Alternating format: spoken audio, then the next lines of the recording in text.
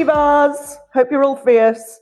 Welcome to The Performer's Path, the podcast where we delve into the highs and lows of the performance industry and beyond. If it's using your creative juices for onstage, in auditions, or those in between jobs, we discuss it all with real people in the industry who've been there and got the t-shirt as a gift. By discussing audition rejections and success, we're taking away the fear of the unknown, whilst also giving vital tips for success. So let's tread the boards together in this week's episode. This week, we're joined again by Elliot Parkes in the final episode of his Performer's Path. Talk to us about your auditions and about what you've done in your career. After cruise ships, we were creating shows in Miami for ships, and the choreographer there spotted me and he was like, what drew you to ships and stuff? And still naive and educated me with musical theatre. I was like, well, I don't know much about it, and this was the first job, so I thought, yeah, let's go and do it. And I kind of stayed there because I was like, this is great, it's fun, you're in America, you're living your best life, seeing all the places in the world. And he was like, great. He was like, have you ever tried London? And I was like, one audition, I think, and that was it. And it was only one audition I ever tried in London. What was that for? The first ever audition I ever did was Les Mis. So I did Cats for the first. It was probably the worst audition I've ever done in my life, actually. When I look at it now, I'm like, that was awful from my behalf. I sang Why God Why for Les Mis. Who does that? No one. Also, it was flat as a pancake for all of it. Didn't warm up. Thought, yeah, I'll go do that. I think I drank the night before. I don't know what I was doing. I was like, oh yeah, this is fine, la la la. No, actually, Elliot, take them a bit seriously. Like, come on, don't be too lax about it. It's Les Mis. It's Les Mis. You know what I mean? I mean, hey, but he was like, try London stuff when you're finished. And I was like, good. So left Ship World, moved to London with any bit of money I had that I earned from ships, moved to London, was like, right, I'm going to get myself a new agent. I'm going to move to London. I'm going to try really hard now because this one choreographer was like, just try, just see what happens, like sort of thing. But, yeah, in a sense, yeah. And not that nobody else had before, but there was something that he was saying and I was like, do you know what? Why not? Why not? And if it doesn't work, find another narrative and find a different solution to it. And I remember going in and the agent I had at the time was like, the agent I'm with actually is the same agent. Who is that? Michelle Blair. Michelle Blair. Bless her. Fantastic. And she was very just hit the ground running sort of thing, being like, right, you're going to go into every single room I can put you in, just so people know who you are. Essentially out of London work for so long. People are like, who's this now and why? Why did you not come here in the first place, sort of thing? Yeah. And it was a lot. Because I went to Les Mis. We hit the ground running and stuff, had a lot of auditions in such a short space of time, and it really got me going like, right, learn this, do this. And then the choreographer, the one that I was doing in America, put me in Dirty Dancing. That was my first land job, which was incredible. UK tour of that, which was so much fun. And it was like concert to celebrate the 75th anniversary of the film or something like that. Really fun. Then I was supposed to go and do Choir of Man. And at the time I knew Heathers the Musical was like, that was like a musical that I was listening to when I was on ships, being like, this is cool. I remember it was the same day and I got Choir of Man and I was like, I verbally said yes to it. And the day after I got Heathers, I was like, what do I do? What do I do? I don't know what to do. Again, not a clue what to do. And I was like, I have to take Heathers. It's the show that I know I've been listening to. It'd feel wrong if I didn't. And I'm so grateful I did take it in the end because for me, I think it really shot my career in such a beautiful direction and I wouldn't change it for the world, and did the West End Live stuff. And then from there, I went on to do Pretty Woman, the musical. And that was a UK tour, which was fantastic. And then, what did I do? Rocky Horror, the musical. How could you forget that one? I know, out of all of them. Rocky Horror, that was wild. That was in Europe. Wow. And then we just opened Pretty Woman in Europe. Of that show, I thought Heathers was wild. Rocky Horror is mental. And it's so beautiful to see it though. It's just a space that they just feel so incredibly comfortable in, and everybody comes dressed as whoever they want, and they just have such a good time. And do you know what? That was the first show I was a dance captain on, which wild, absolutely wild. If I said to myself in college I'm going to end up as a dance captain on a musical, I would have laughed in your face. I would have been like, you're having me on.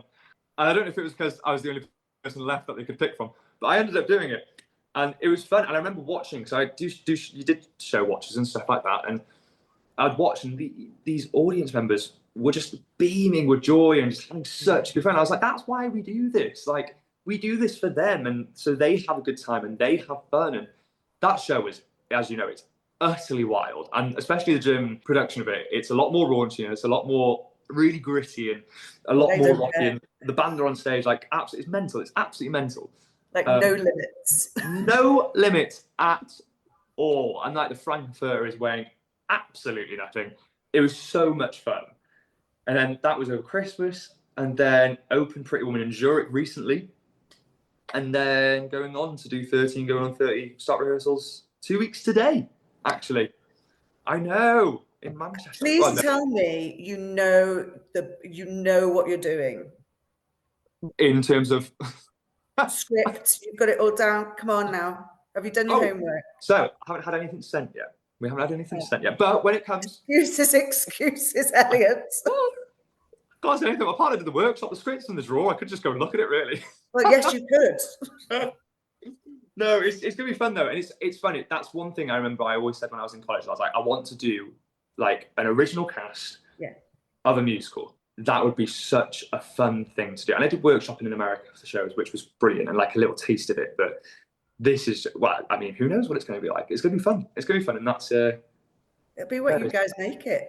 Exactly. And it's just going to be a fun experience. And everyone's in the same boat, and everyone's there to have fun and learn. And we're with some really great people. And it's funny, the director of that was the director of Heathers. So it's like a lovely little full circle there. And yeah, it's really cool. How lovely. Yeah, really nice. Just tell me you get on with him then. Yeah, really get on. That's all right then. It's not like second chances. Yeah, no. So how do you now prepare for that rehearsal room? So I've given myself 2 weeks. So these 2 weeks starting today, of really just getting my body and mind prepared, because I know it's not going to be like a normal rehearsal process like it was, for instance, with, I say normal, like Pretty Woman. There was already a show Bible, and there was already a plot and structure to it. I mean, I have no idea if they might have it already, and it's just going to be exactly the same. Like, you stand here, this is the choreo. But there are things that are bound to change. It all, even in normal shows, things change. Even like, okay, down from Pretty Woman UK tour to Pretty Woman Zurich, my track changed dramatically between the two. I had such a different track on tour to what I did in Zurich, but that was down to the amount of cast members we had. So I had to either fill in more or fill in less in certain areas, which was really fun. But again, with this, I'm sure there's going to be things that change. And it's just a case of going, you know what you're going into. I want to make my body as physically ready. Yes, I go to the gym and stuff already, but I want to make sure that I'm actually just taking care of it and resting prior to going into this rehearsal process, because there's nothing like going in tired. That would be awful, because you've got to be mentally prepared and physically prepared for anything. Nobody's going to know what it's like with any rehearsal process. We know it's going to be fun, but is it going to be tiring? Absolutely. Are we going to be exhausted? Absolutely. But we're only going to be that way because we're putting in 110%, and you've got to put in 110% to get the best out of it. Also, like, even down to, I like to do the HelloFresh stuff and pick those meals prior to these weeks coming. So I know, like, okay, when I was in the Hammond, I'll just go day by day, being like, yeah, we'll do this today. Now I'm like, I structure everything. I'm so meticulous in how I structure my days and stuff. And okay, so for instance, like, I'm doing this call with you today, then I know this afternoon I'm going for a meal with my partner, and then we might go and see a show tonight. But if not, that's okay, because I'm going to do some work on some other stuff that I've got planned. And it's that thing, I'm covering the two male identifying leads in this show, the Matt Flamhaff and the Alex, oh goodness me, what's his name? This audition process was hilarious. It was quite a lengthy one for this musical, and rightly so, because it's new and they've got to figure out all the cogs and turning wheels and all those things. The final was on a Friday, and I had to do my final scripts and songs in the morning, which was, I was in for, at the time, ensemble, swing. Then I was in for cover Matt Flamhaff, and then cover Darius Drake, loads of other little like featured ensemble roles as well. A lot of scripts to learn, a lot of songs to learn, fine. But that was one of those things I was like, we're driving this into the ground to make sure I know it. Did that. They were like, cool, do the dance round this afternoon, fine. And then I was like, great, it's finished. I can put it to bed. That was the final. Don't need to think about it anymore.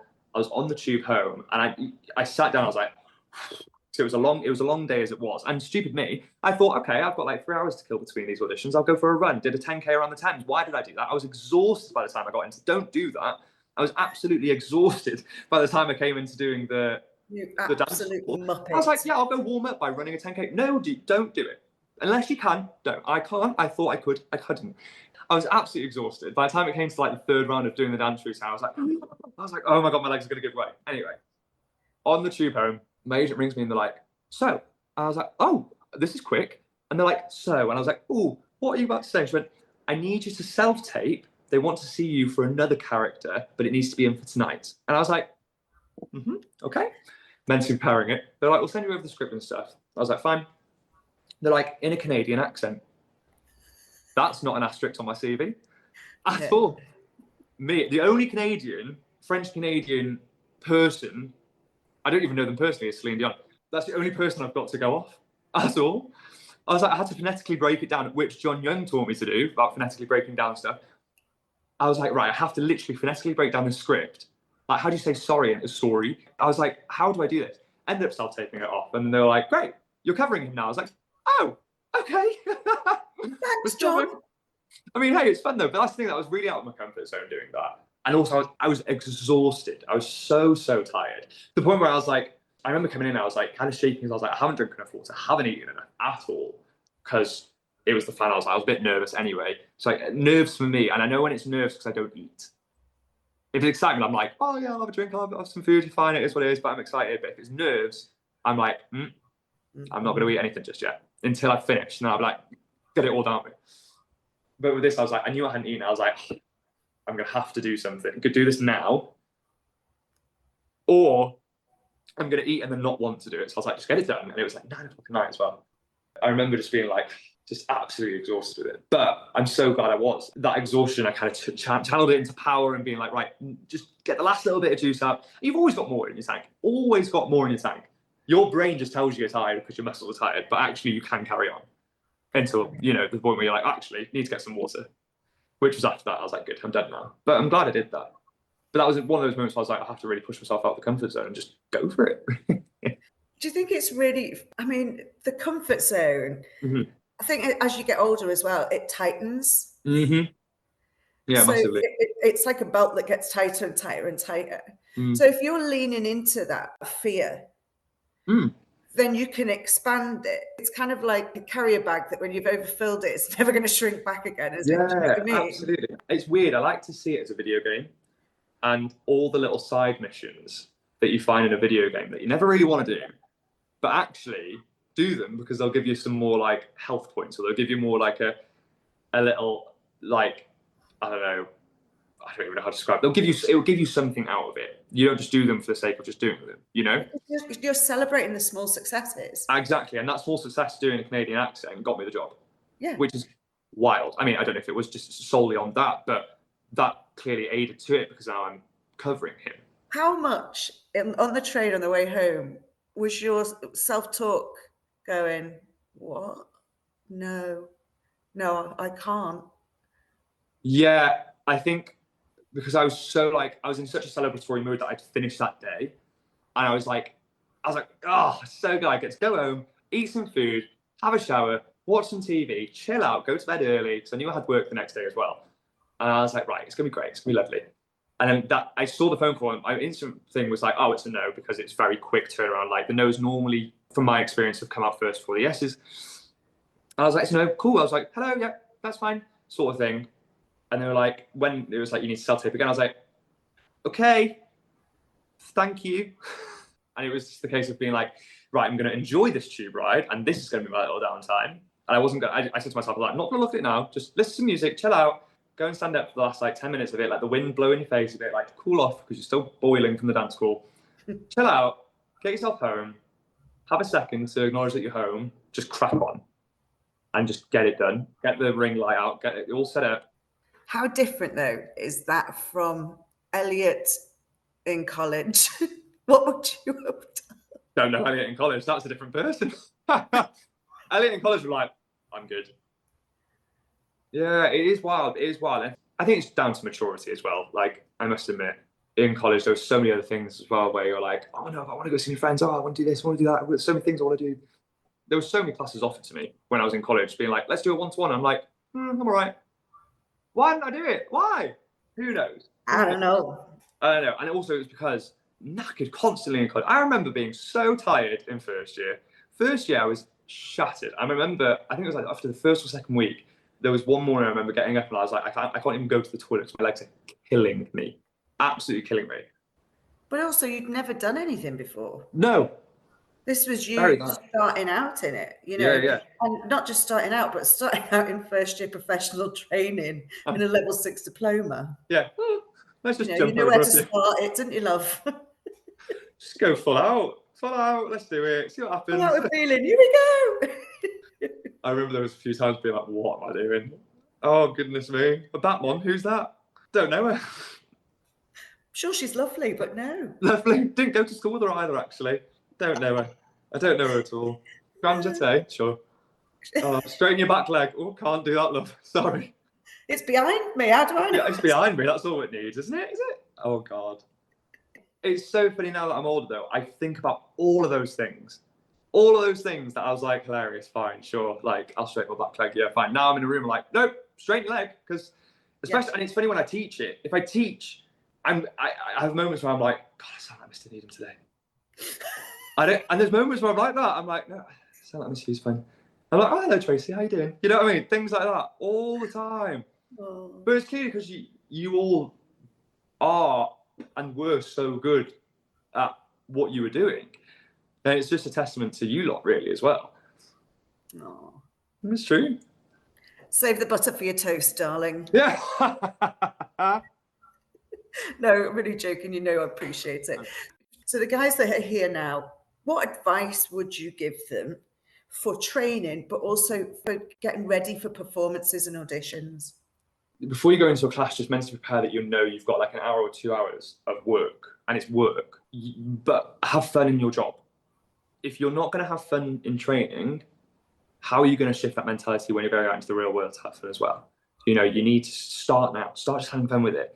If your teacher is what you probably say having a go at you, but is actually just trying to correct you in the best way possible, and they're just trying to get onto a lingo or a terminology with yourself, because kids' lingos change every single day.